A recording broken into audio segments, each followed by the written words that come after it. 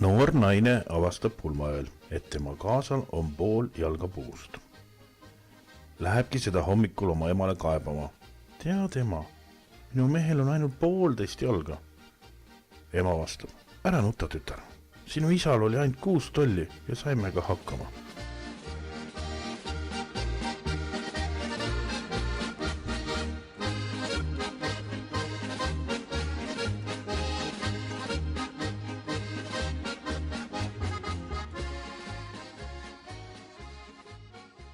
Naine läheb apteeki, pöördub seal tööl oleva mees apteekri poole.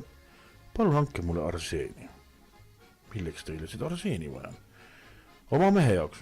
No vabandage, aga ma ei saa seda teile müüa. Kui te oma mehe ära mürgitate, siis olen mina kuriteos kaasosaline.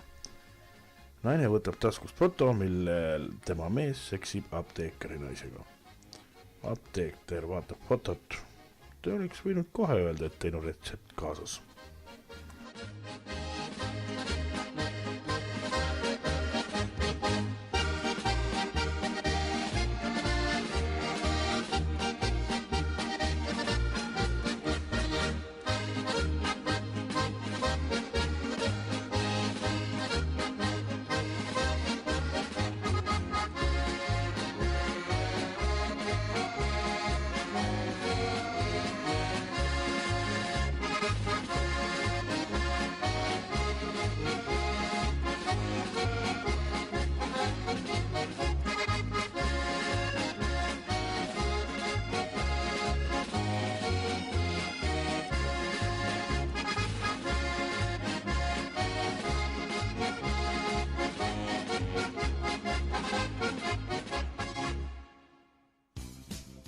Eestlane lendab Taisse puhkama. Kui ta end hotelli sisse registreerib, küsitakse temalt. Ja kus teie pärit olete, söör? Eestlane mõtleb, et kui vastata, et Eestist, järgneb jälle tavaline kommentaar, et teame küll, see on ju Venemaa ja nii edasi ja nii edasi. Ning vastab. Ma olen Euroopast. Euroopast, kordab registraator. Millises Venemaa osas Euroopa vieti asuski?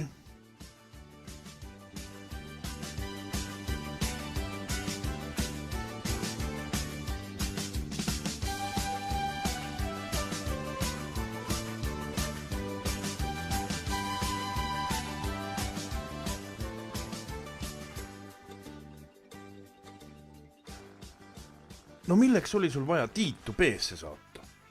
Ta on ju gynekoloog. Ütle lihtsalt, et mine tööle.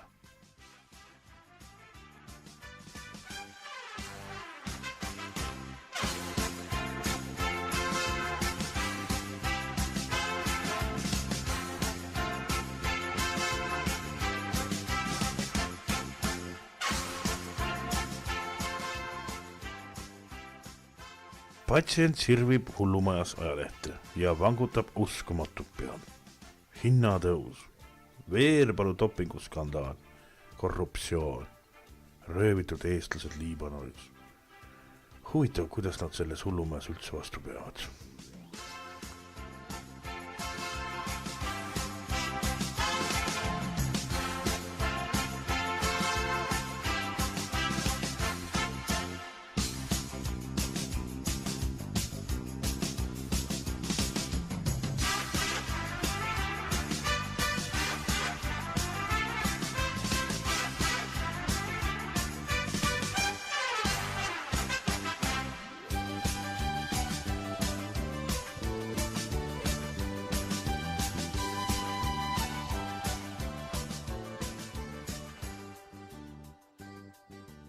Te olete väga närviline, räägib arst patsiendile. On teil endal aimu, mis võiks olla selle põhjuseks? No see tuleb jalutuskäikudest metsas. No võimatu, jalutamine värskes õhus on just vastupidi väga tervislik ja rahustav, ei ole arst patsiendiga nõus. Tavaliselt küll jah, aga minul puudub jahiluba.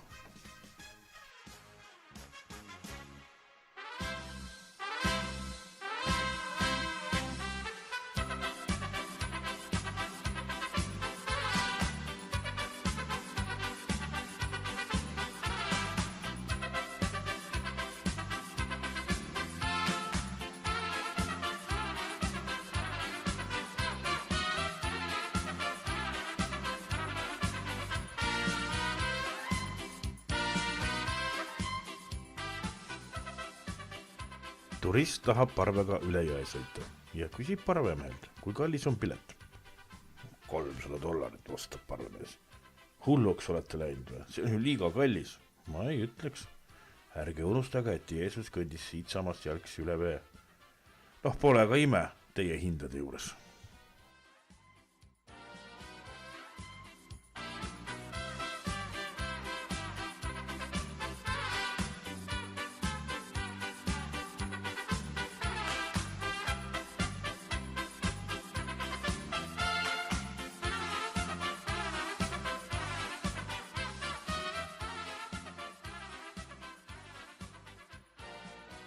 Mees peatab takso ja küsib, palju siit bussijaama läheb?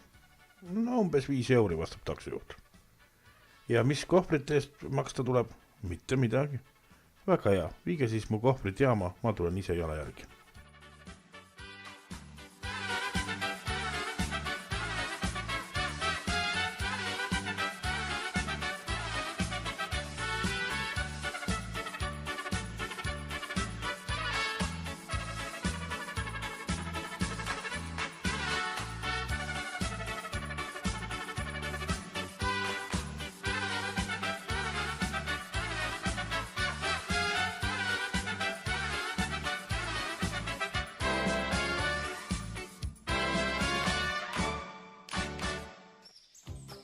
Sõiduõpetaja kokutas aga ainult pingelises olukorras.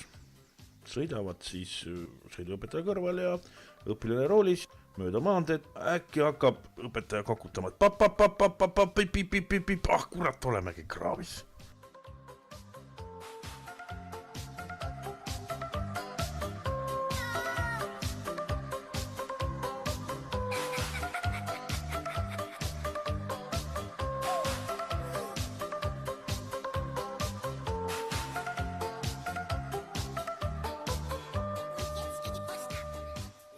Mis teie nimi on? Toomas Peterson. Te kokutate? Ei, mu isa kokutas, aga see vallakirjutaja oli idioot.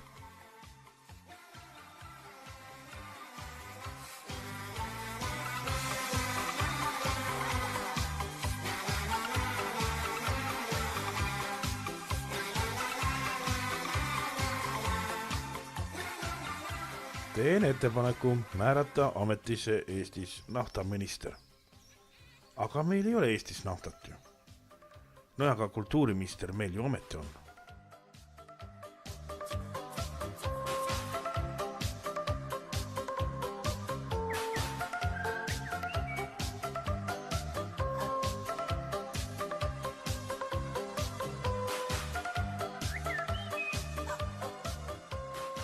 Ärimees kurdab psühhiaatrile.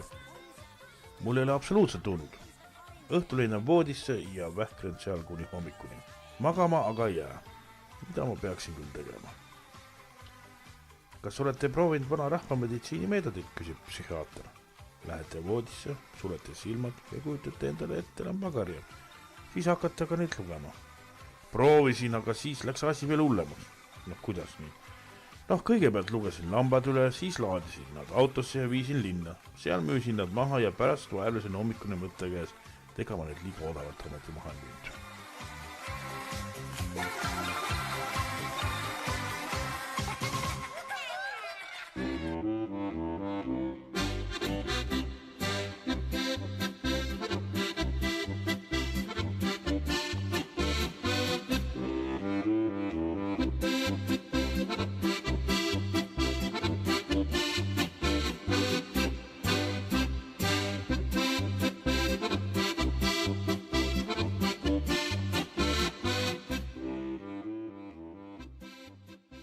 Tead, saatsin naise poodi kartuli järele, aga ta tegi avarii ja suri.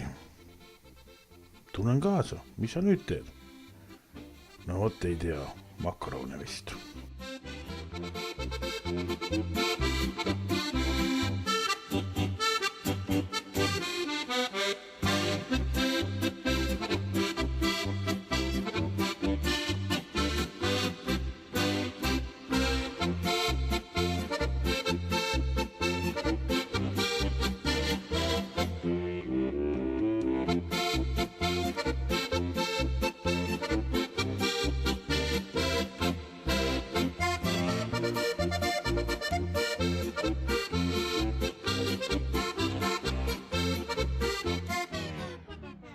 Ameerika turist küsib hollandlaselt, mida sümboliseerivad teie lipuvärvid. Taksosõitu, vastab hollandlane. Kõigepealt ootad tänaval seni taksot, kuni oled külmas sinine. Taksost lähed hirmu pärast näost valgeks, nähes, kuidas juht sõidab ja lõpuks lähed vihast punaseks, kus selgub, et juht on su valesse kohta viinud. Järelikult tähendavad teie lipuvärvid sama, mis meie omadki, märgib ameeriklane. Ainult Ameerikas hakkab veel tähti ka nägema, kui juht sulle sõidu hinda teatab.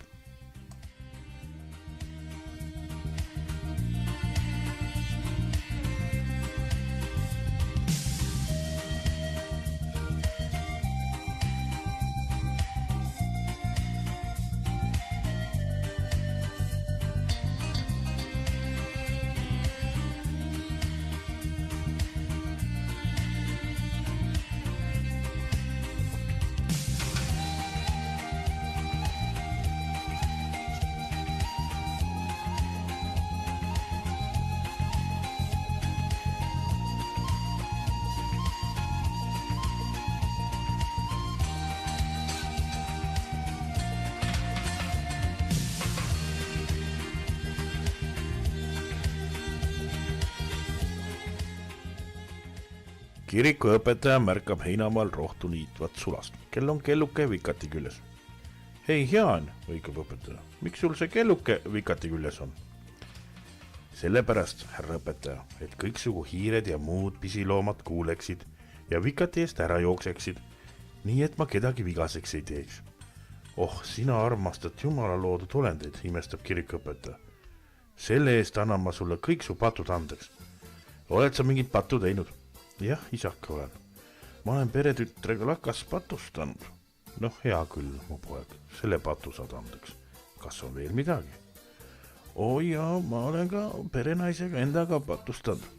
See on paha, see on väga paha, Jaan. Aga ma annan ka selle patu sulle andeks. Kas veel midagi? Kui perenaine ja tütar linnas laadal käivad, patustan ma ka peremehega. Kuule, Jaan, see kelluke tuleks küll vikati asemel millegi muu otsa riputada.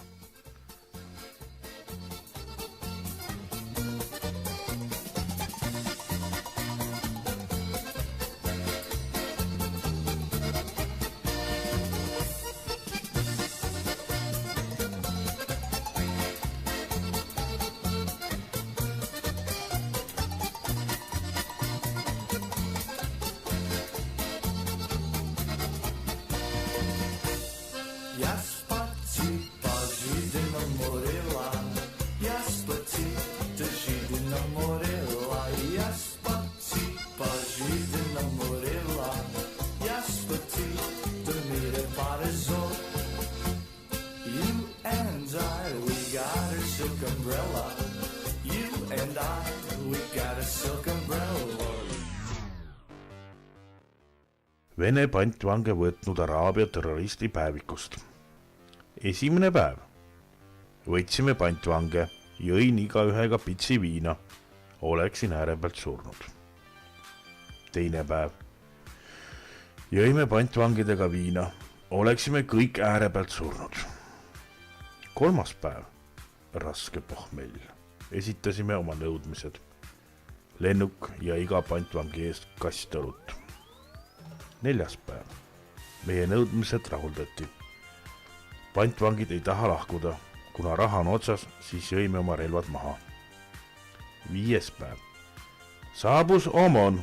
Kõik purjus. Vahetasid gaasigranaadid viina vastu ja hakkasid koos meiega jooma. Kuues päev. Kaotasime lennuki ära. Otsisime terve päeva. Leidsime üles. Jõime maha. Seitsmes päev. Ootame eriüksust, kes pidi õlut tooma. Jõudsid kohale, aga tõid õlle asemel viina. Õuduskuuvis. 8. päev. Kõigil on halb. Tulid Punase Risti arstid ja tõid piiritust. Läks kergemaks. 9. päev. Tulid mingid inimesed, ütlesid, et on pantvangid. Tuli välja tudengid. Ei toonud midagi. Vahetasime nad õlle vastu. 10. päev. Valutasime tormijooksuga lennuki kütuse lao. On alles vastik maitse. 11. päev. Mitte midagi ei mäleta. 12. päev. Mitte midagi ei mäleta. 13. päev. Kohutav peavalu. Õlut pole. Enam ei suuda. Peab mõtlema, kuidas siit minekut teha. 14. päev. Tahtsime poistega alla anda. Pantvangid Oman ja eriüksus ei lase. Lubasid peksa anda, kui anname alla. Jõime. 15. päev. Ema, päästa mind siit põrgust.